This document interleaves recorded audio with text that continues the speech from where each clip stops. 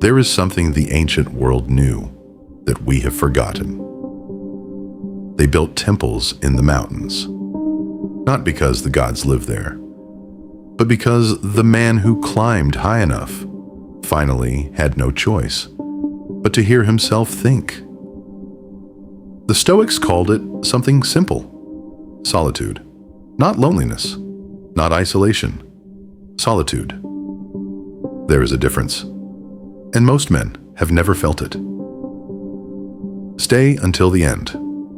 What I am about to tell you will change how you see silence forever. Most men will not make it there. The world is louder than it has ever been. Every device, every notification, every voice telling you what to think, what to want, who to be. And somewhere in that noise, you lost yourself. Marcus Aurelius wrote his meditations alone, not for publication, not for followers, for himself. He was the most powerful man on earth, emperor of Rome, commander of legions, and every night he sat alone with a candle and a scroll and asked himself one question: am I becoming the man I was built to be?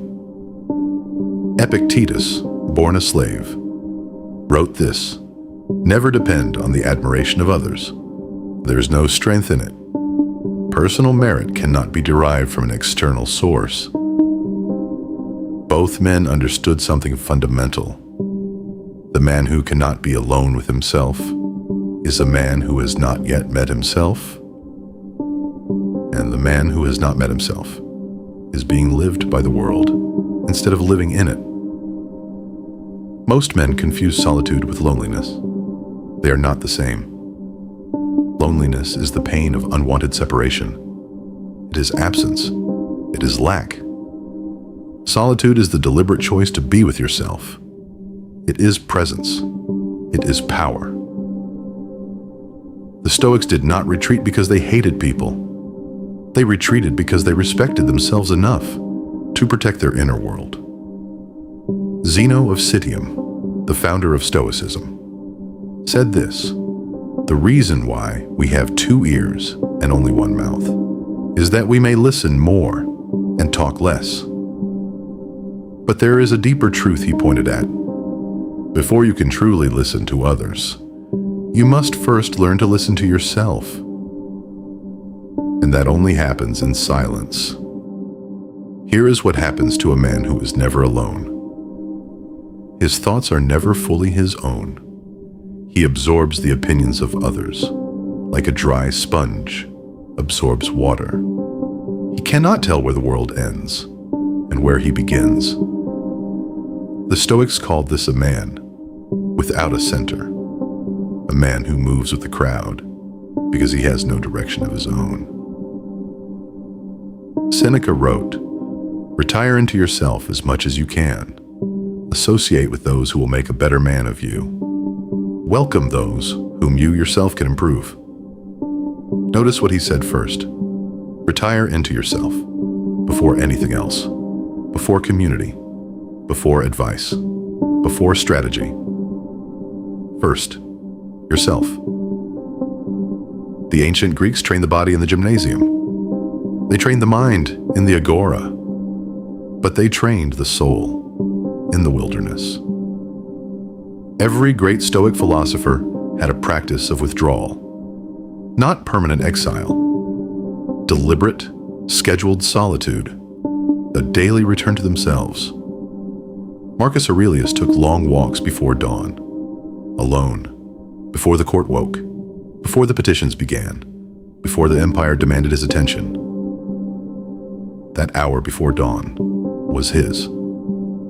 In that hour, he wrote, he thought, he decided who he would be that day, not who the empire needed him to be, who he chose to be. That is the power of solitude, not escape, authorship. So how does a modern man practice this? Not by abandoning his life, not by moving to a mountain. The Stoics were practical men, soldiers, statesmen, merchants.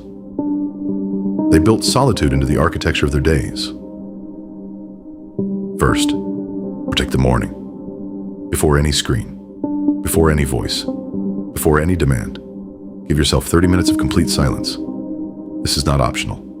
This is the foundation. Second, walk without input. No music, no podcast, no phone. Let your mind move freely. What surfaces in that silence is what matters most to you. Third, write. Not for others, for yourself. Even 5 lines. The act of writing forces clarity, and clarity is the beginning of power. Subscribe. New video every week for the man who is serious about becoming more. Here is what changes in a man who commits to solitude. His decisions become cleaner because they come from him, not from the noise around him. His words carry more weight because he speaks only what he has already thought through. His presence becomes calmer because he has nothing to prove. He has already proven it to himself in private. The Stoics had a concept for this. They called it autarkia, self-sufficiency, not arrogance, not coldness, but the inner completeness of a man who does not need external validation to know his own worth. That man is rare, and that man is magnetic, precisely because he does not seek to be. The world will never stop demanding your attention. It will get louder, more urgent, more designed to pull you away from yourself. The man who learns to sit in silence is the man who cannot be controlled. Not by opinion, not by fear, not by the endless performance of a life lived for the approval of others.